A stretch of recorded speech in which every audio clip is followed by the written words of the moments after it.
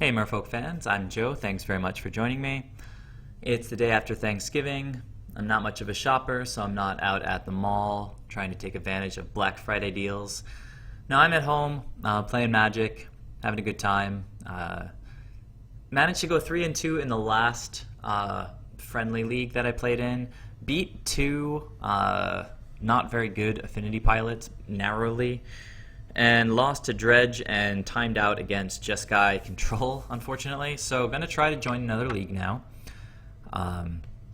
Hopefully do a little bit better this time. So go ahead and click Play League Match. Hopefully we'll get paired up pretty quickly.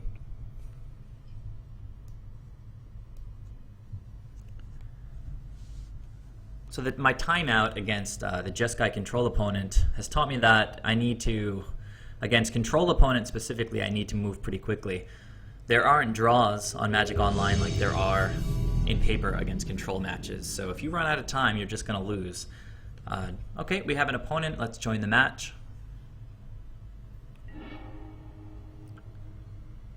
Lost the die roll. We can adjust our chat here.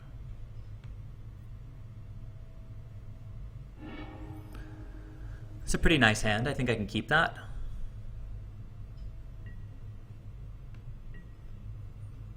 No Affinity, no Dredge. Okay, good old Abzan, or maybe Black-White Spirits or something. Black-White Tokens. Okay, we needed to draw a land or an AEther Vial or something, so that was a good draw. No one drop means we pass back to the opponent. Maybe an 0-1 Tarmogoyf, maybe a Scavenging Ooze. Oh no, this is Eldrazi, the Tidehollow Scholar. Or Thalia. Alright, this is going to be a fight, guys. I really dislike this deck. His choice might give us some information about what he's working with. If he takes the Spreading Seas, probably short on mana. Even though Koilos hits his life, we're going to take him off of that if possible with Spreading Seas to keep him off of colorless mana. These guys play Eldrazi Temple though, so it's still possible he can have a turn 3 Thought-Knot Seer. He's thinking very carefully here. We do have a ton of gas. If we bounce this guy, we get our card back. He took Silvergill Adept, so he's probably good on lands. Harbinger is pretty nice. He doesn't know about that guy. So we'll play our Minamo and hit Caves of Koilos. I mean... Yeah, I think it's probably wise to take him off of colorless mana. Colorless mana is also necessary for activating, Eldrazi Displacer. Fourth land, we're going to want to cap it right about there. There's that Eldrazi Temple, so swing for 2, and I can't imagine anything other than a turn 3 Thought-Knot Seer.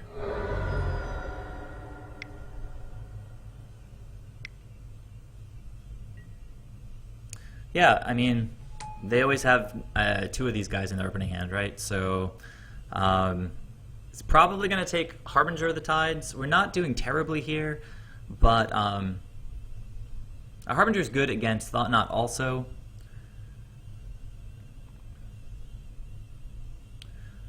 This is sort of temporary card advantage, but still pretty powerful. Limits our choices. If we draw a Spreading Seas, oh man, he's got a clock on us now though. Opponent's taking a long time to make these decisions. He took Merrow Reejerey. Pretty interesting. Spreading Seas is really enticing to hit this stupid Eldrazi Temple. Harbinger bounces the Tidehollow, but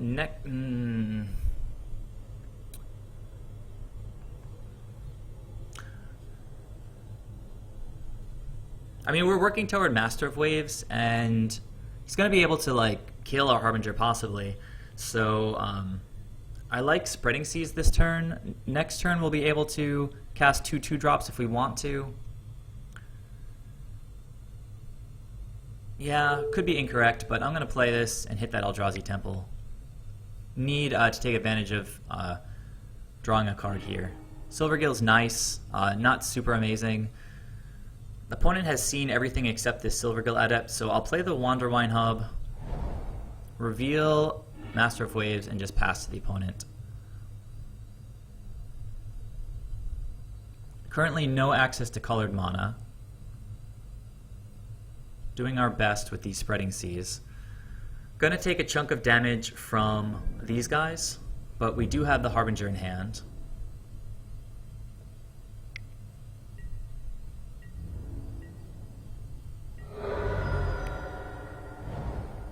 We played a Godly Shrine, tapped. Maybe a Displacer at this point. Okay, well he can't activate that guy, he has no colorless mana, so we're doing decently as far as a mana disruption. So we get to this turn, bounce the Thought-Knot Seer, draw a card. He can't replay him right now because he doesn't have colorless mana. Alternatively, we can bounce the Tide Hollow and then replay that Silvergill Adept. But he can replay the Tide Hollow right now. He can't replay the Thought-Knot as far as we understand. Also, it just costs more mana for him, and it's a bigger body.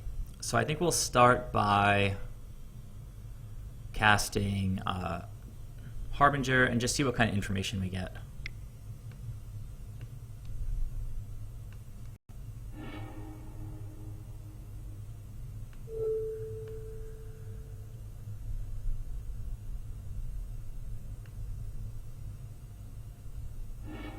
Mutavault is interesting.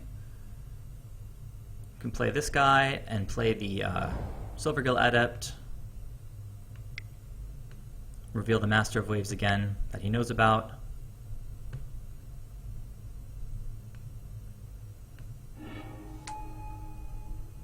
Okay. Island. So drawing plenty of lands. Decent turn there, though. As far as we know, the opponent doesn't have any colorless mana. Maybe he was just using this the opportunity to get in a Godless Shrine for no damage.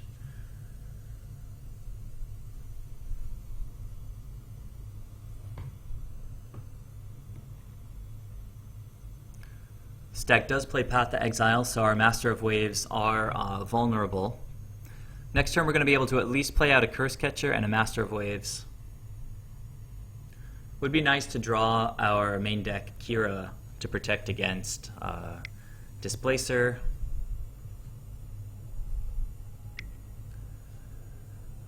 Wasteland Strangler. I don't think... Oh, he can exile my Silvergill Adept.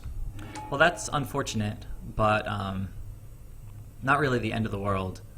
At least this guy's not being used on our Master of Waves. Still can't really attack... Oh, I guess he can attack with the Tide Hollow now. I think we'll trade, just because we're lower on life. And we've got Devotion with Spreading Seas anyway. So I'm gonna block here.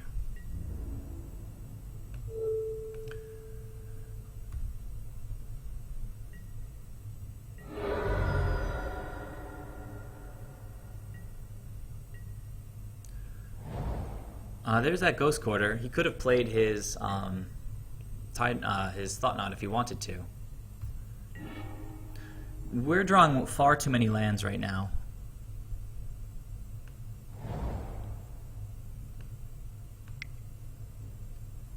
So unfortunately he's going to be able to play out his Thought-Knot and take away one of our masters if he wants to.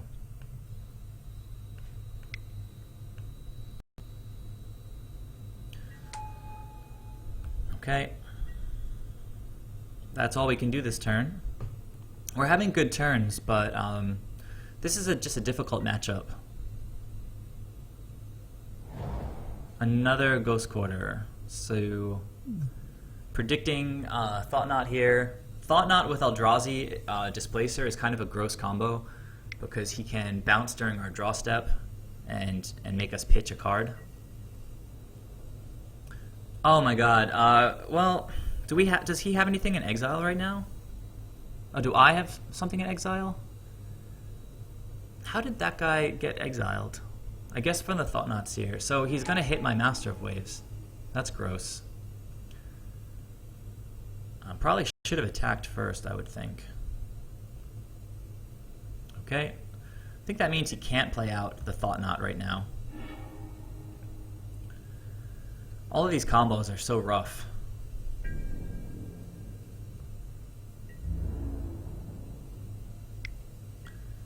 Well, he can just do the same thing again if I play out my next Master of Waves. I've learned to look out for a lot of different things in this matchup. Thalia is making my creatures come into play tapped. But there are still some things that I forget to, that I just managed to not notice. He's going to be able to Wasteland Strangle my Master of Waves again. Still has a Thought Knot in hand. This guy seems like he knows what he's doing here. Not a lot we can do, unfortunately.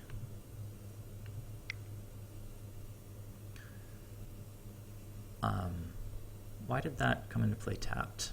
Oh, right, because of Thalia. So he can just do the same thing and swing out with his creatures. Let's see if... Let's just make him do it.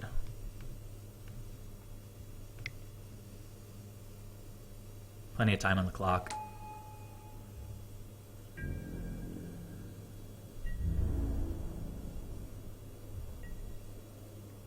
Oh man, these guys came into play tapped.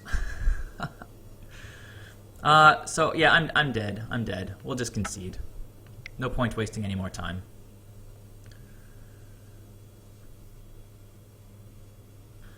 So yeah, it can be a really difficult matchup. We're going to want Kira, protect us against those Wasteland Stranglers to the extent possible.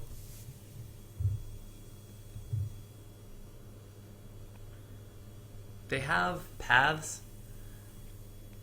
Our bounce spells are good against Tide Hollows and against Thought Knot Seers.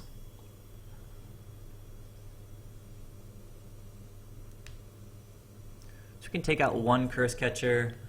With two Kiras, I don't think we really need the Dispels. So many of their effects are through their creatures.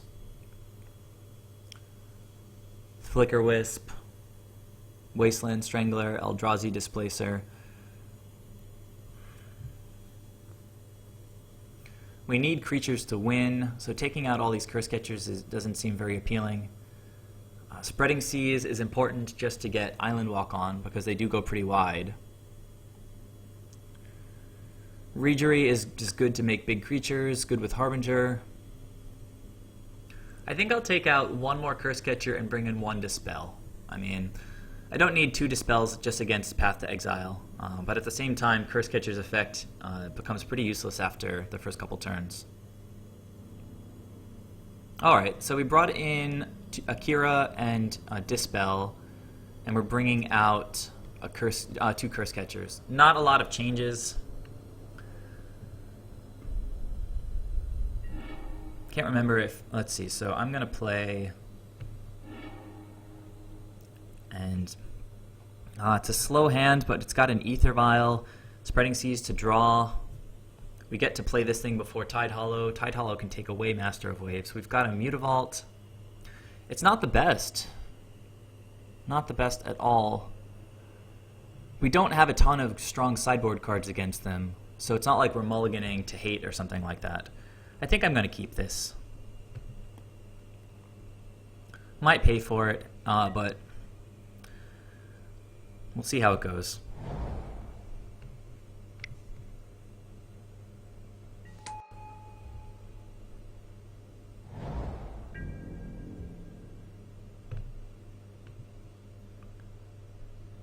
Actually, we're going to keep him off of turn 2 Tide Hollow. No AEther Vial. Oh, come on. Lands. That's ridiculous. Keeping him off of turn 2 Tide Hollow because he won't have access to enough mana. Harbinger is a decent draw, but I really don't like these 5 lands that I've drawn. I knew about 4 of them. Alright, Shambling Vents. Another Spreading Seas would be nice off the top. Yes. Mutavault. Gonna go ahead and play a Mutavault and then activate Mutavault. This is the new one on top.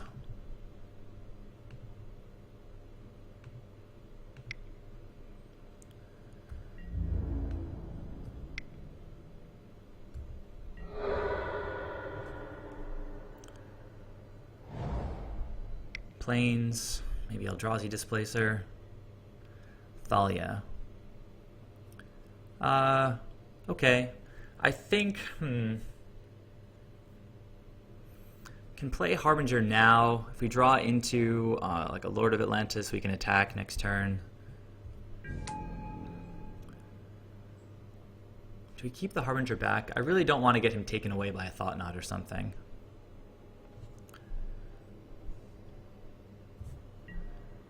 I'm going to bring him in now.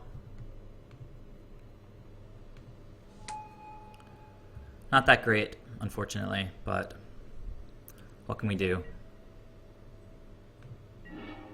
Another Master of Waves is pretty solid, though. It's going to come in tap. Oh my god. That land came in tapped. It was going to come in tapped anyway. So, wow. Setting us back pretty hard there. Can't really attack with Mutavault. Didn't draw an Island Walklord. This guy's got us tied up. All these non-basic lands. With Skred running around and Thalia running around, it's possible I might need to switch to like 2 Wanderwine Hubs and start playing 2 more islands. Opponent still doesn't have any colorless mana. Got an Arbiter. No Ghost Quarters yet.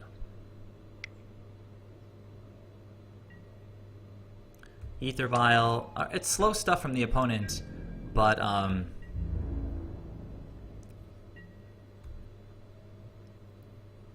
we're going to keep this on 2. That's a very nice draw there. Let's start with this. It's going to enter tapped. Thalia is so good, especially in Legacy. I play Elves in Legacy, and Thalia is just such a beating.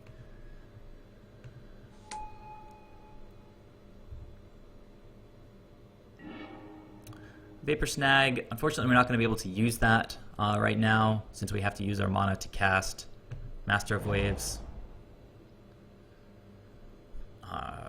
Doesn't really matter.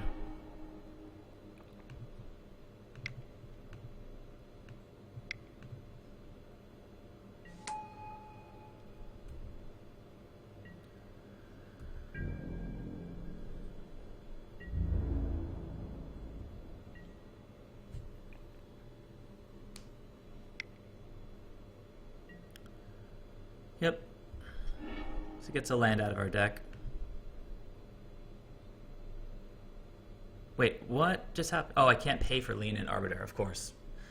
This guy's plan is working pretty well here. Path is the best removal spell ever printed with Lean and Arbiter on the board if I'm tapped out. We are going to get to Vapor Snag something.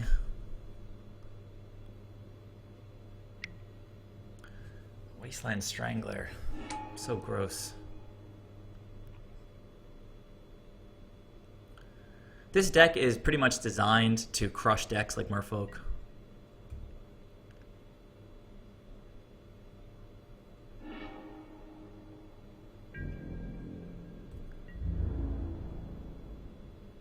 Getting in for 5 here.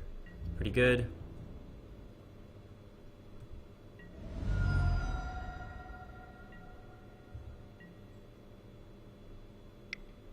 Godless Shrine, still no colorless mana, but he's got this AEther Vial taking up.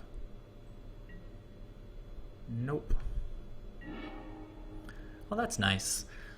I can Vapor Snag his Thalia, play the Lord,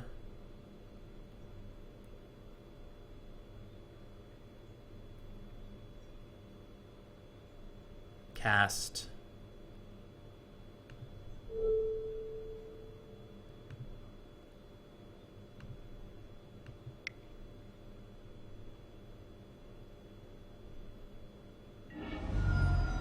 Alright, so then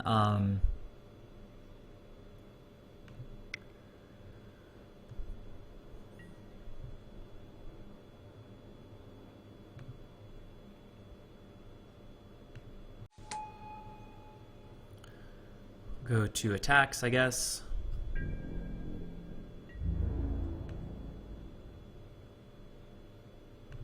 If he wants to like path and then block, I'm sort of okay with that. Although I should have cast Master of Waves first main if that was the idea. But the opponent doesn't have another path, it looks like. I can play this Cavern of Souls. Comes into play untapped, which is refreshing.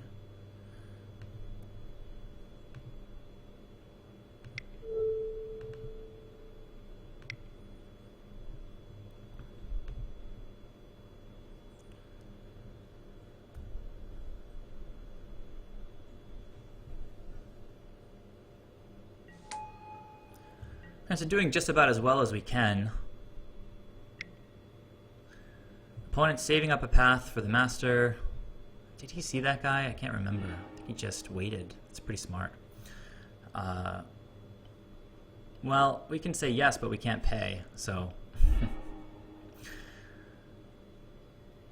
Again, Path to Exile punishing us.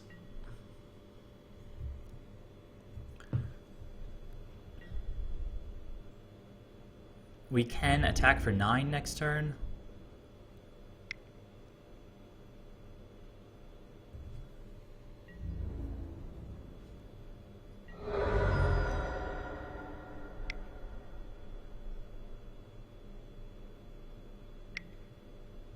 Thalia, but with Island Walk, not a huge threat. He has upkeep Tide Hollow Sculler if he wants it. Sorry, Draw Step Tide Hollow.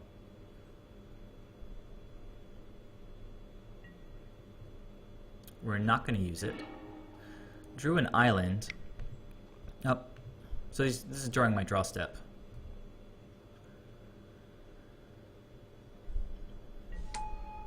Yep, you can look at my hand.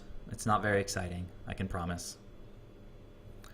So go to my main, put the island on the battlefield, activate these guys. If I get blown out, I get blown out.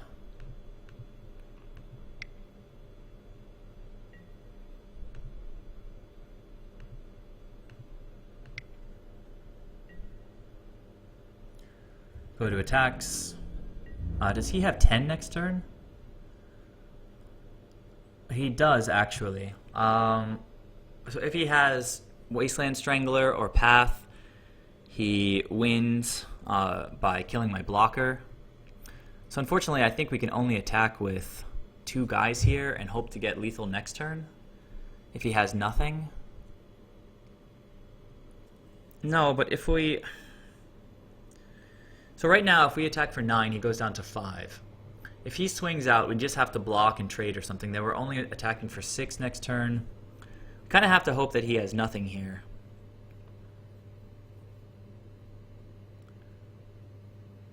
If we attack for 6 now, then next turn if we draw another land or something, he only goes down to 8. This guy still can't get through. I think we attack with everybody. I feel like this deck always has the nuts against us. Like, all their cards are so good.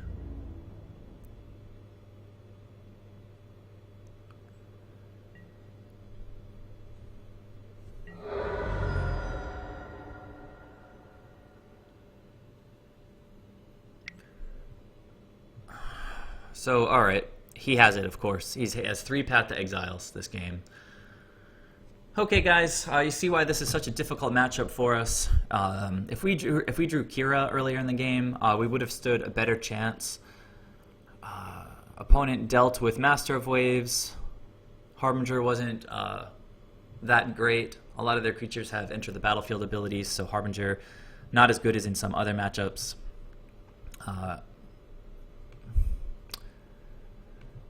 So unfortunately getting off to an 0-1 start. Let me know your guys' thoughts on the Eldrazi and Taxes matchup, and I'll see you in the next round. Thanks. Bye.